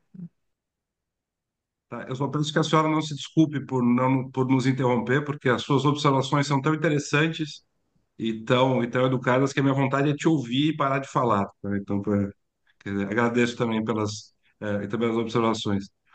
É, não, assim, então essa é uma das minhas preocupações centrais, né? Como é que a gente incorpora a interdisciplinaridade no estudo do direito? O que me preocupa é só a gente não perder o aspecto propriamente jurídico da discussão, né? E por isso eu tenho tentado incorporar essa discussão a partir da própria compreensão dos institutos jurídicos, né? Assim, algo que me inspirou bastante é o livro do professor Enzo Rocco, né? É sobre contratos, né? Em que ele diz que, quer dizer, na primeira edição, né? Depois ele mudou o livro um pouco, em que ele diz que todo contrato pressupõe uma operação jurídica de base, né? Aliás, uma operação econômica de base. E sem ela você não compreende para que o contrato serve, né? Eu tenho tentado, quer dizer, quando eu posso escolher, eu gosto de ministrar, né, a teoria geral do direito privado, onde se estuda a teoria da relação jurídica, né? Então, além de filosofia do direito, né?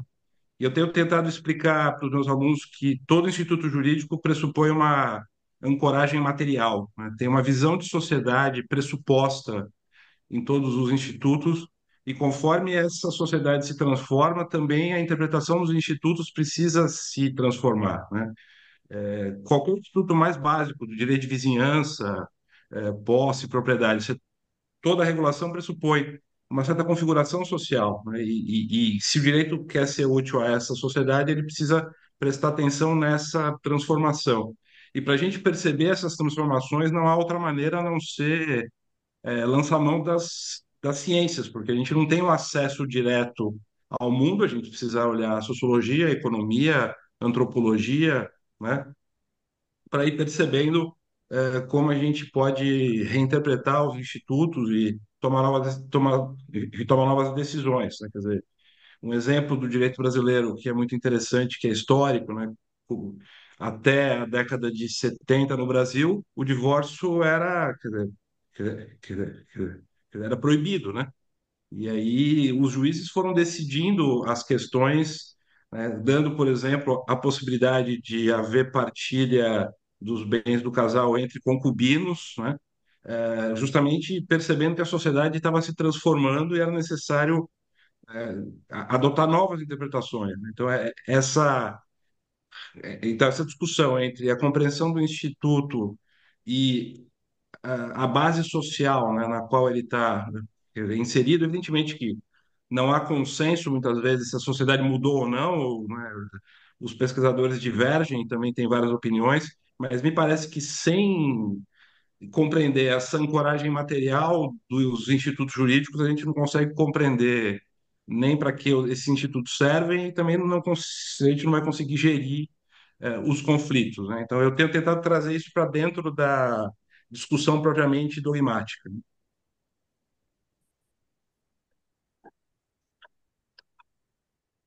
Permita-me, talvez, só introduzir aqui uma nota de humor, nesta conversa que de si já é tão agradável.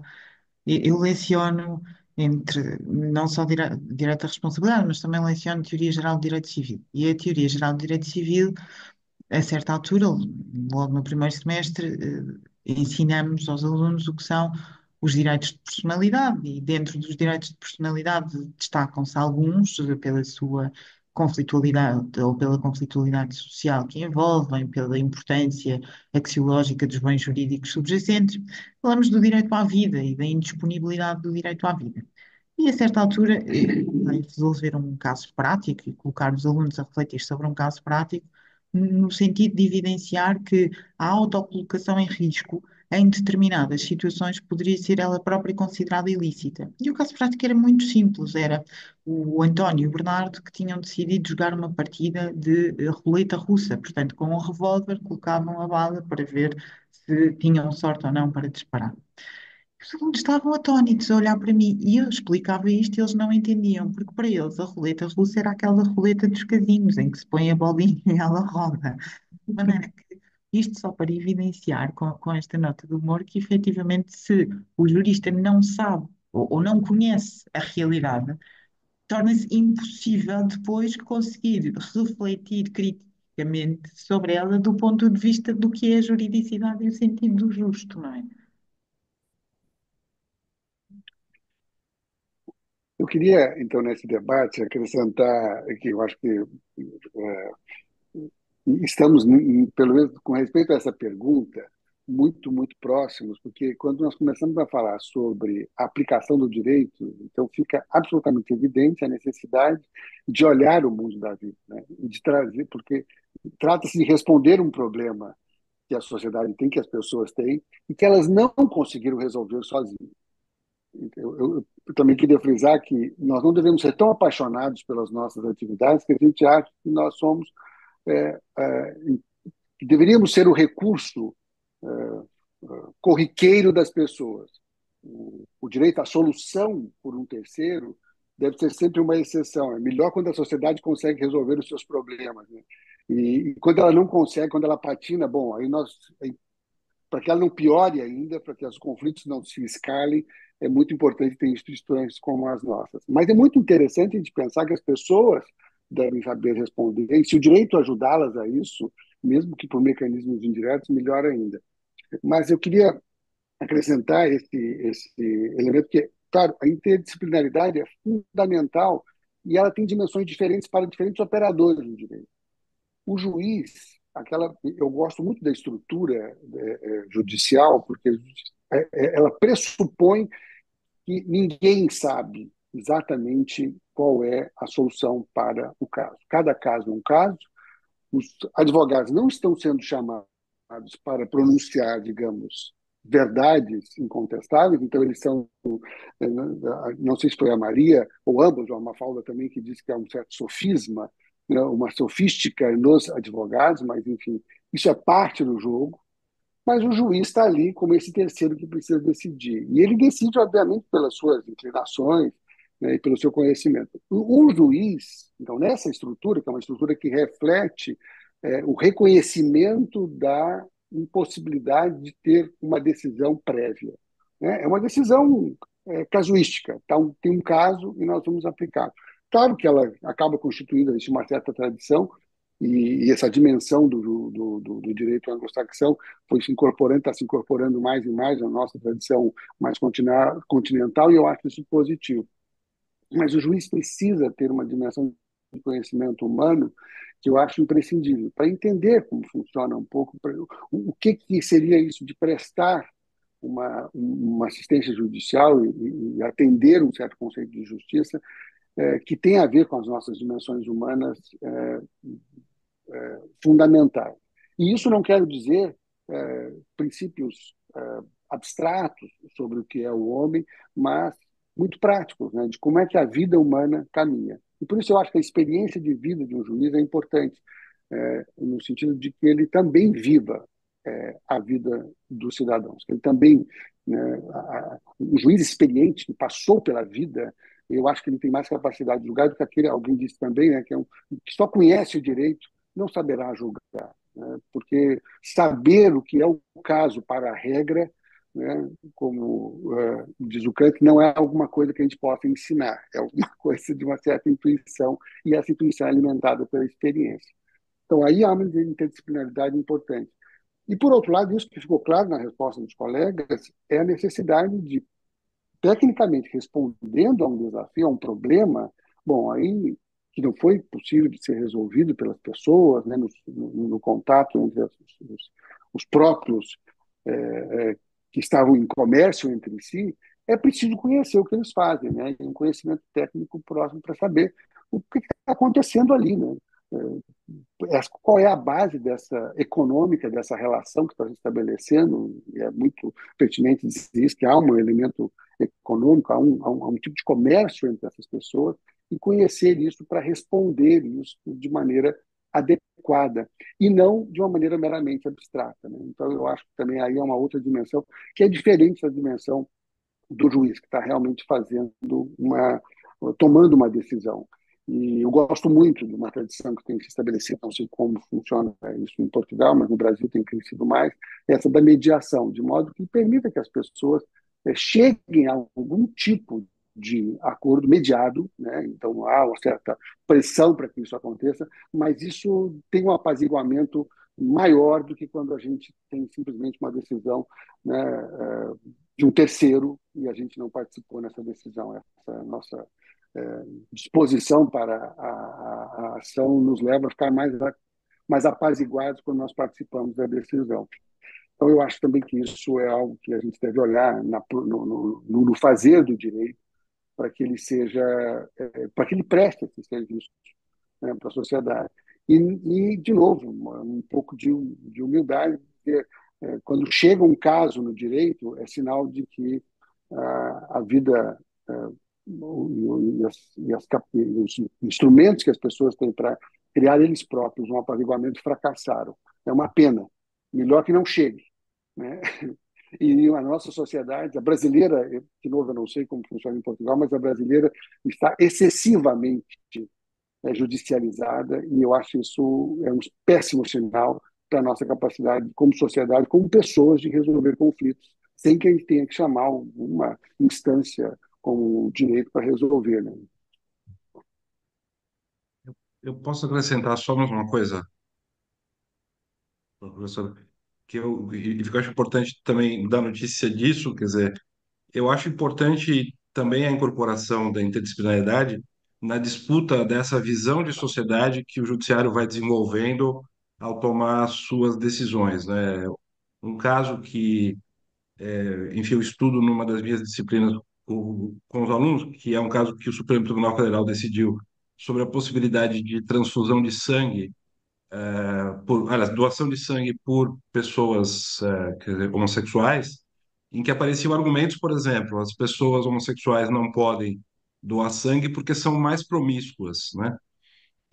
Esse tipo de argumento apareceu nas decisões, que é um argumento que não tem base científica, né? Não existem estudos mostrando isso, não existem nada que...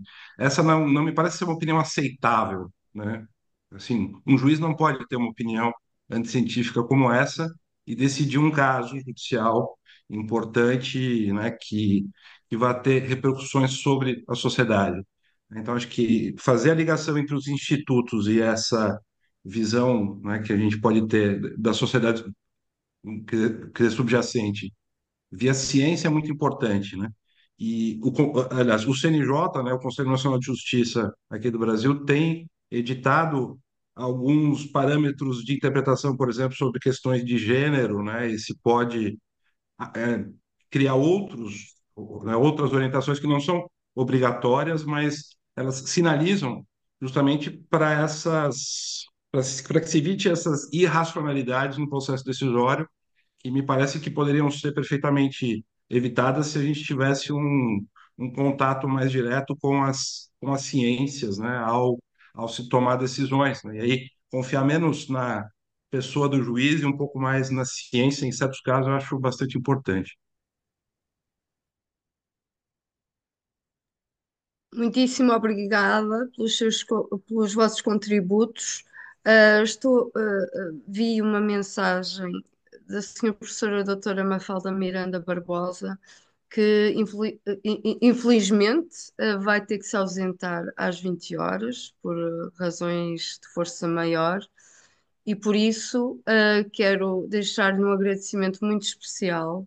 Aprendemos imenso consigo e é bom ver que, assim ao vivo, uh, que a parte escrita, a obra escrita, corresponde à sua humanidade. Ou seja, não há uma desilusão entre o que ouvimos e o que lemos. Eu já sabia disso, mas para quem nos ouve, os jovens investigadores brasileiros, uh, quero salientar que a senhora professora é das mais reconhecidas juristas portuguesas e temos muitíssimo para aprender com ela. Em tudo o que escreve, brilha. Muitíssimo obrigada, senhora professora, e lamento Muito, teor, o seu teor de mensagem que eu não vou revelar por questões óbvias, mas que corra tudo bem e lamento. muito obrigada, e eu acho que há uma dose de generosidade bastante apreciável nas palavras da senhora professora, mas foi um gosto partilhar este espaço e ouvir estas reflexões que são tão enriquecedoras, e espero que possamos reencontrar-nos em breve. Muitíssimo obrigada a todos e peço desculpa então por me ausentar agora às 20 horas. Muito obrigada. Também eu. Muitíssimo obrigada, senhora Muito professora. obrigada. Muitíssimo obrigada. Aplausos. Ah, aos senhores que ficam, vou dar indicação que a partir de agora vai deixar de ser gravada portanto, esta parte do colóquio, por razões de direitos de imagem e de razões de consentimento que não foi prestado pelo público que nos ouve, e por razões óbvias, jurídicas, temos que interromper a gravação, mas até a este momento vai ficar no YouTube. Vamos abrir ao público